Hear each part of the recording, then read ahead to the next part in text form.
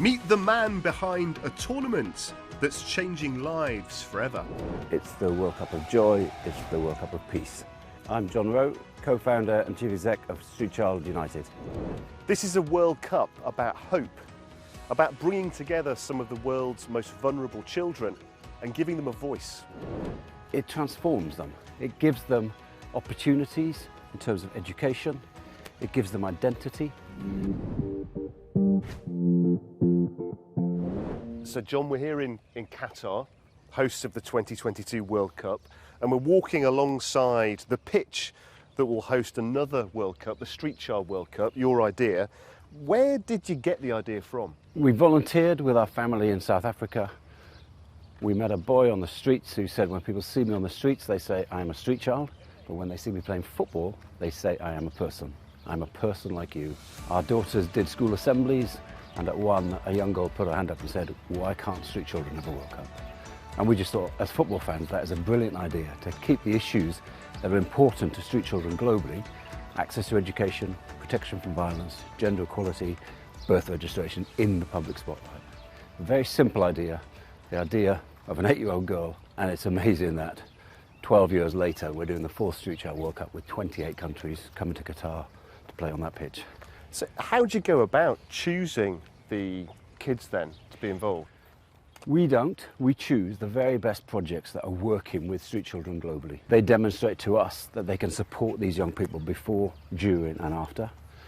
And that coming to an event like this is in the best interests of that child at this stage of their development. So the local projects in the 28 countries that are coming choose the young people.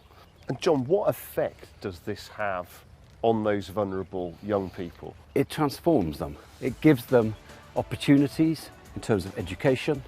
It gives them identity, but it also completely widens their horizons in terms of what the world has to offer, in terms of friendships, in terms of cultural exchanges, but also in terms of confidence. We say this is the I Am Somebody World Cup, and you can see these heroic young people becoming somebody, becoming larger than themselves during the course of the 10 days.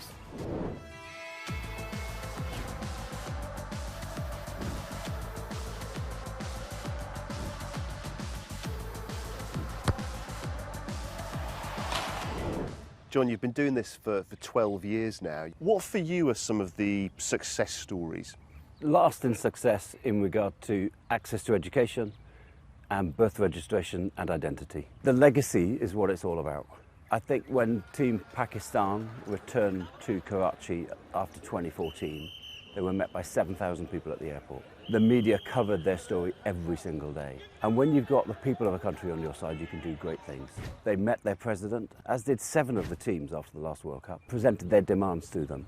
And the Pakistan government undertook to do a census of street children. They'd never done a census. They'd never counted the children in Pakistan. The first ever census of street children in Pakistan was quite phenomenal. They also passed funding to deliver child protection training, co-delivered by the police and street-connected organisations. India promised to provide 6 million Aadhaar cards and birth certificates for street children after the last World Cup. And you used that word demand there. You said when the young people met their presidents and prime ministers, they gave their demands to them. So you're clearly having an effect on policy as well. It's very much about gender equality, about access to education, about birth registration and identity, and about protection from violence. And identity is key to that, absolutely key. Because if you don't have a birth certificate, if you don't exist, then you have no rights. No one will protect you. You don't have the opportunity to progress through education. These include identity card, birth certificate. We also deserve all opportunities a child should have. There's a wonderful legacy of this World Cup that's happened in Bangladesh on the way to it. 3 of the young people didn't have their birth certificates. That's not unusual. 82% of street children don't have birth certificates globally. But they have to have birth certificates in order to get a passport, in order to get a visa. So for the previous 6 months, the project has been lobbying the Supreme Court, who have been demanding from the government to simplify the process of birth registration in Bangladesh. And it has been simplified, and this will have implications for 1.3 million street children in Bangladesh. So the fact that 3 children come into this Street Child World Cup can enable identity for over 1 million children in Bangladesh is quite phenomenal. That's the power of football. So, John, you're also going to have people here meeting, the children themselves meeting their sponsors. Yeah. What's that experience like? It's quite amazing. So it's particularly Team Sudan and Team Bosnia. They're orphans, but they have sponsors that are based in Qatar. You know, it's spine-tingling to think these people have been helping them from birth all the way through, and will continue to help them through to the completion of university. It's about gratitude. It's about thankfulness, but there's also a bit about the Street Child World Cup which is a fairy tale.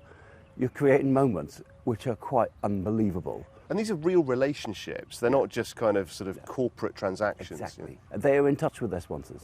They know who these people are, but they never ever thought they would come to Qatar and be able to meet them. So how is Street Child World Cup in Qatar going to be different from previous events, John? It's the first World Cup in the Middle East, so the hospitality has been quite phenomenal. But the access to the legacy of this Street Child World Cup, there's far more depth ahead of the event than previous events. It's definitely going to be the biggest and the best with the deepest legacy. It's the World Cup of hope, it's the World Cup of joy, it's the World Cup of peace. We're also an arts and culture World Cup. And the young people can be heroes in both settings. Our job is to tell the stories of street-connected young people and refugees. So we're glad to be able to give them a platform for these heroic young people to be seen in a very different light, to be seen as heroes. Well, you spoke there about looking to the future. And John, for those taking part then, what do you hope that they'll take away from being involved? I hope they will realise that their voices will be heard, that they matter, that they are somebody. On an individual level, you can see the young people grow in confidence during. It's almost like they get bigger. They're absolutely just increasing confidence and throughout the whole of the week. They have opportunities, they make friendships, they're connected, they're no longer isolated, and that will have impact in all parts of their life. This is a huge challenge for them, and that will prepare them really well for the next challenge in their lives. John, thanks so much for joining us on The Dialogue.